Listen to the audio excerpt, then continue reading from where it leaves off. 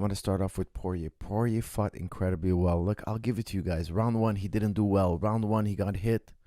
He got pushed up against the fence. He got taken down. He got his back taken. He stayed cool. He was able to fend off the choke for a couple of minutes. I think it was about 2-3 minutes. Round one didn't go well. Round one was not good for Poirier. But round two, he came back and gave a very competitive round, a very difficult round for Makhachev. Makhachev scored a takedown very, very late in the fight. And I had the round very, very tight. That was round two. I had it really, really tight. It looked like Makhachev wasn't able to easily score a takedown like he did in round one. In round three, he attempted 3 takedowns. I think maybe even 4. 3 failed takedowns and then a 4th, if I remember correctly. The last one scored, but it was very late in the round. Round two was very close. Guys, round one, I gave it to Makhachev. You could even argue 10-8. You could even, I won't give him 10-8, but I know some of you out there will tell me, Coach, I think round one was a 10-8. And I wouldn't be appalled at somebody putting 10-8 on the card. Okay, I wouldn't be appalled because he had so much time on the back. However, I would have given that a 10-9.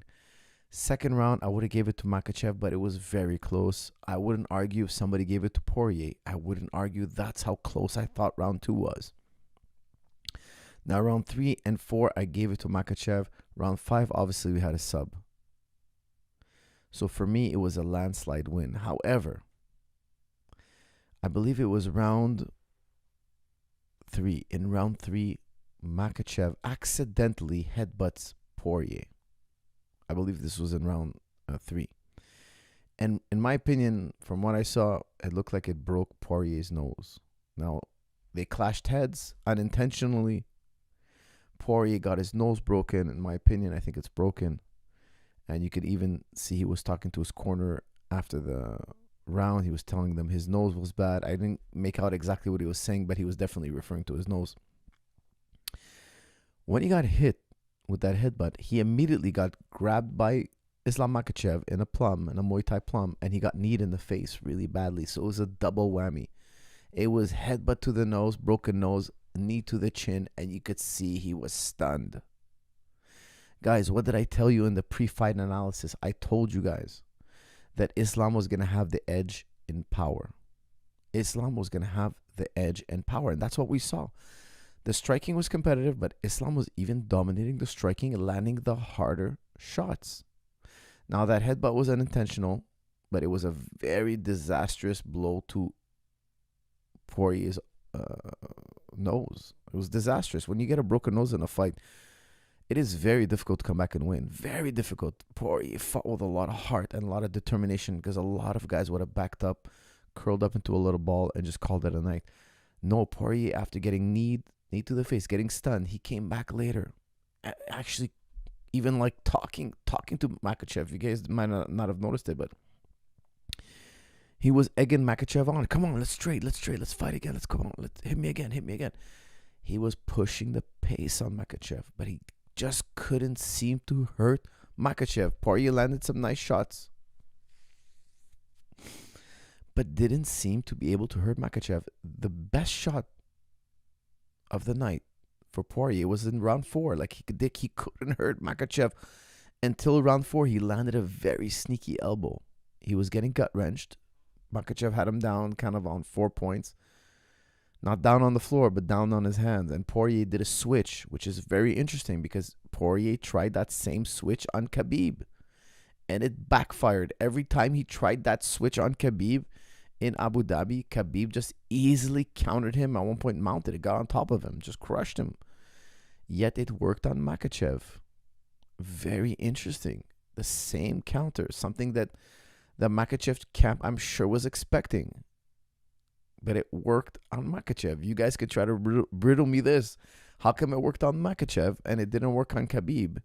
When both of them were in the same practice room, same coaches, and they both know that move is coming. Why did it work so well against Makhachev? I'll comment on that maybe a little bit later. But I want to get back to that sneaky elbow. Up until round 4, Poirier wasn't able to hurt Makhachev. He landed shots. Yes, he was competitive, but he just wasn't able to hurt Makhachev. And he caught him with a sneaky elbow, a really short, sneaky elbow that cuts Makhachev. And finally, we see a shot from Poirier that can really put the, you know, it can make us possibly, not that I gave him the round, but it could possibly turn things around for Poirier. Like, Poirier can hurt Islam. And then shortly after, Poirier lands another elbow, another powerful elbow. And now I'm thinking, wow, like, he's actually able to hurt Makhachev, because up until then, he landed shots, but just nothing that made me think that Makhachev was ever hurt. However, all the way up to the fourth round, Makhachev from round one, guys, if you watch that fight again, watch the first exchange. Makhachev lands a couple of punches and backs Poirier up. He hurt Poirier in round one, very early in round one. That's why the takedown was so easy. Poirier backed up, got caught up against the fence, and Islam picked him up and slammed him on the ground. It was the boxing setup. He landed some powerful shots. I'm telling you guys over and over again, Islam Makhachev is a hard hitter. Guys, make sure to use level up 50 off promo code. It's on the bottom of your screen, the promo code level up 50 off, and get 50% off anything on jujiclub.com. I just released a Wrestle Up video. When I forget to mention it, people buy the videos and forget to put in the promo code, and then they write me emails, write the team emails. Please make sure to use level up 50 off promo code and get 50% off absolutely anything on jujiclub.com. Check out Ultimate Wrestle Ups. You will absolutely love it. It will add a new dimension to your game. Back to what I was saying. Guys, Makhachev didn't get hurt until round 4. And round 4 was close, but Makhachev got the fight to the ground. And then, of course, round 5. Round 5, he gets into the single leg. He does a valley drop. He does a beautiful takedown, a single leg takedown, which I absolutely love. Interestingly enough, I just finished filming Single Leg Made Easy and Advanced Basics single leg for single leg. Like, I love single leg, guys. I absolutely love the single leg. I love watching Makhachev's single legs. I'm a single leg freak. I love single leg. I think it's the greatest takedown in all of wrestling, all of takedowns. And he did a beautiful valley drop, but he did it without the hand on the hip, which is crazy, which is like he's a valley drop genius. The last takedown he scored on Poirier was a valley drop where Poirier kind of escaped partially, and then he gets back into the leg. He grabs the ankle and does a golf swing. The golf swing takedown everybody's talking about. I show that in Advanced Basics seated guard, where I kind of teach how to wrestle up to an ankle from an ankle pick and then do the golf swing. The golf swing takedown is a classic takedown, but you never see it in MMA. Why? Because who the hell has a single leg and then drops down to the ankle? You could see that Makhachev had a single leg and he went down to the ankle. Just something you don't really see. I've never seen anybody do that. Something he must love to do in the gym. It's just something he must love, that maneuver, the golf swing. And he was like, let me transition to golf swing. Or maybe he felt Poirier was weakening. Nonetheless, he gets him down on the ground. And he goes to the Dars. A short arm Dars. Instead of doing a full Dars, he goes short arm like this. Really simple. Okay, you grab your own forearm. I really like this, especially if... The one reason why I like this variation so much is because it brings my elbow down. See, it brings my elbow down. So when I go like this, my elbow's a little bit more flared open. Sorry, it's this elbow. Okay, so it's kind of because the camera's backwards. Like, I don't like having my elbow open, so I go like this. I go short. So I kind of pinch my elbows together.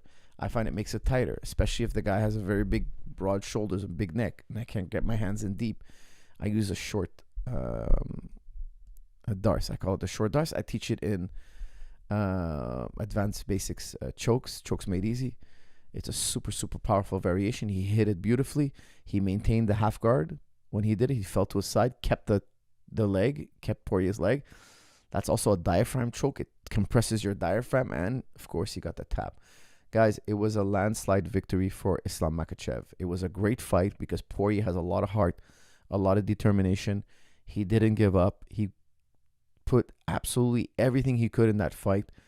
But we got to tip our hats. We have no choice. Islam Makhachev won the striking, the wrestling, the grappling, the pace. He was busier.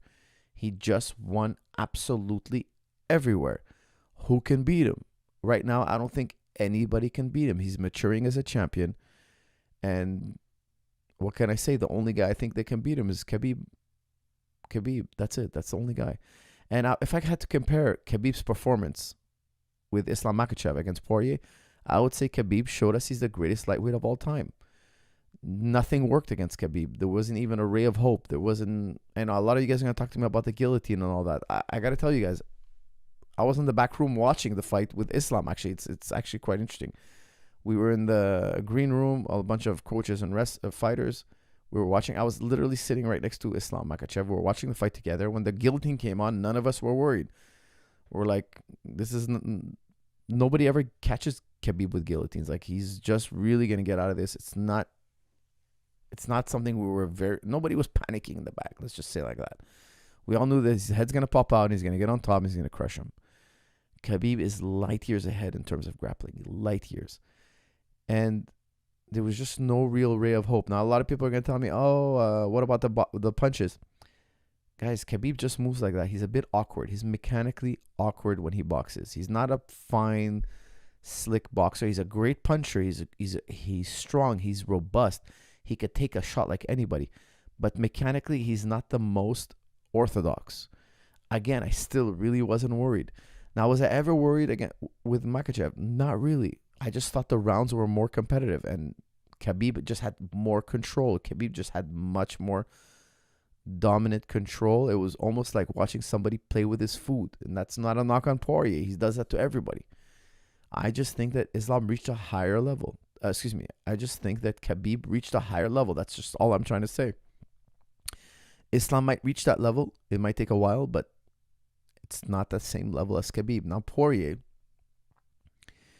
he's a future Hall of Famer, interim world champion, and a fan favorite. Everybody loves Poirier. Why does everybody love Poirier? Because he puts it on the line. He has exciting fights. He goes in there. He puts everything into his fight. He had a broken nose. He kept fighting. He never shied away from exchanging in the least. Okay, I have a high amount of regard and respect for him. But in terms of performance, we have to tip our hats to Makhachev. I don't think anybody can hold it. This performance against Makhachev. Nobody can say anything, really. It was so dominant against an excellent opponent in Poirier.